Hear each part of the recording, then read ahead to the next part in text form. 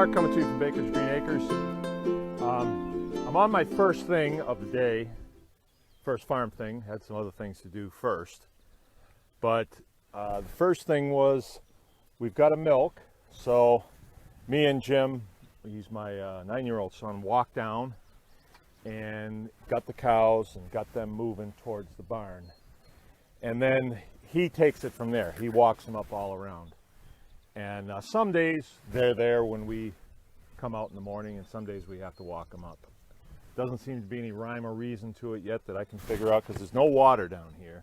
But anyway, he's walking them up now, and then when he walks them up, I move the temporary fence. All right, so I want to show you what this looks like, because it's starting to take shape, and you can see it today because the sun's out. All right, but I'm going to turn it around here and show you. Okay, this is where we've already been. All right, you see this? And then this is where we're going.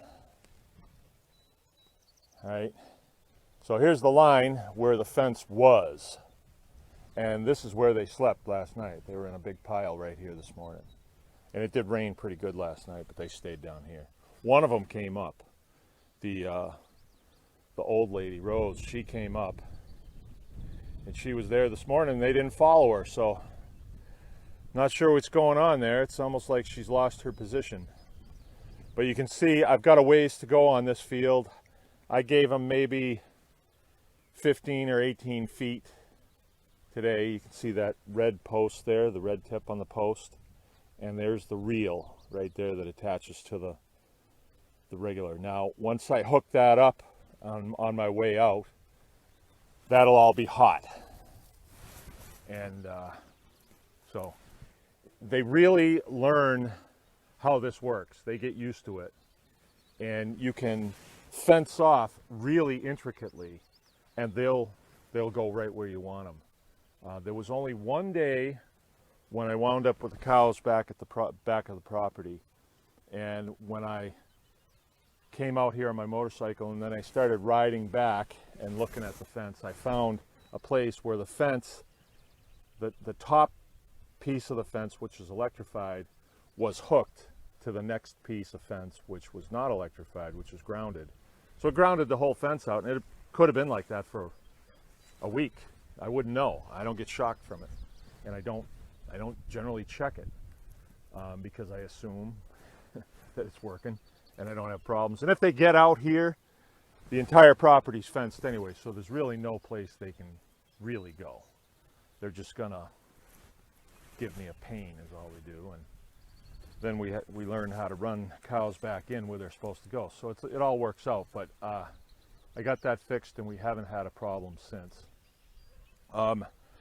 Something else to note when you're grazing. Now this ground that I'm on, turn around again, this is really rough and really wet. There's a lot of standing water in here, and there always is. Our well is at the top of that hill, and the vein that it goes into dumps out right where those bushes are. And this field has always been so wet that no one has ever really farmed it. There was a little portion of it over here that was farmed, and by farmed I mean you get on it with equipment and you cut the hay off and bale it. I used to do it, I'd get like 4 bales off of it, so it wasn't really worth it to me.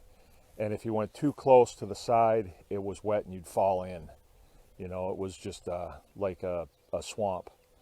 So this is much better use for a field like this, because as you can see, I've got clover, red clover, daisies, which is nice feed. You don't see any daisies out here hardly. They eat them. And a lot of grass, timothy, and orchard grass in here. And when I first started learning about grazing, I also learned about frost seeding. And frost seeding is something that you do on top of the snow.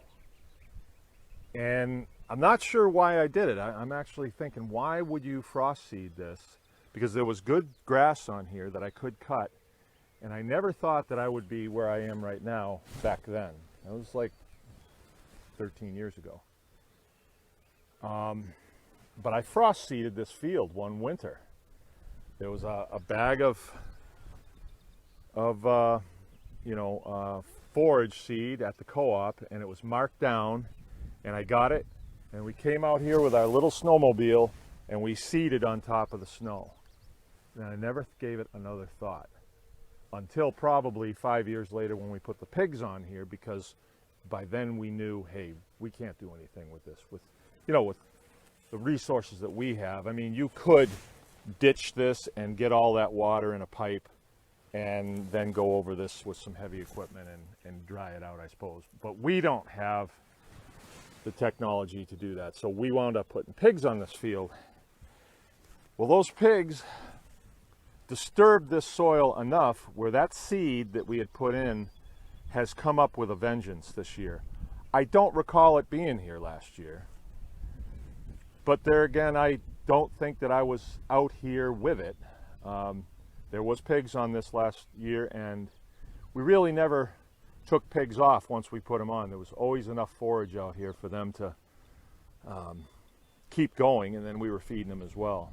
Not really working it the way I would instruct people to do it. I was just doing it that way because I had enough other things to do where I wasn't doing it the right way. But anyway, no pigs on here now.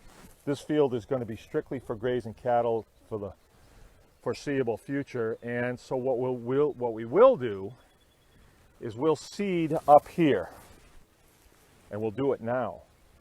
Because as they're walking around, chasing things around up here, they will get that stuff pushed in.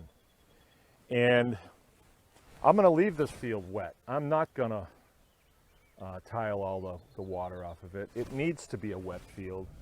When I come down here, there's a certain feeling to it. There's a little pond right there that the water runs into, and there's certain things that grow there. There's certain things that grow here. A lot of wildlife down here. When I moved the fence this morning, I didn't see them, but I could see where the deer laid down, because the deer like this stuff too. And you know, it's supposed, usually deer and cows don't mix, but in this setting where the cows are sleeping down here at night, I think the deer come over and sleep near them because it's safe. I think that's what the deal is, because there was deer beds just on the other side of the fence. So this does provide a pretty good habitat. So I don't think draining it off is something that I'm going to do. I'm going to leave it like this. It's working really well. The tonnage of forage that came off of this into those cows at this point, I think we've been on this field for like 10 days now, and I'm halfway. And once we get to that end, this is going to be regenerated down here. When I get to that end, I'll show you what we do. We do not immediately turn around and put them up at the front of this field again.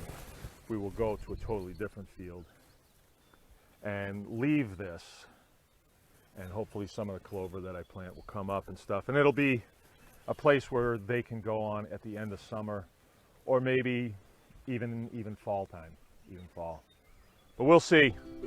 Okay, carry on.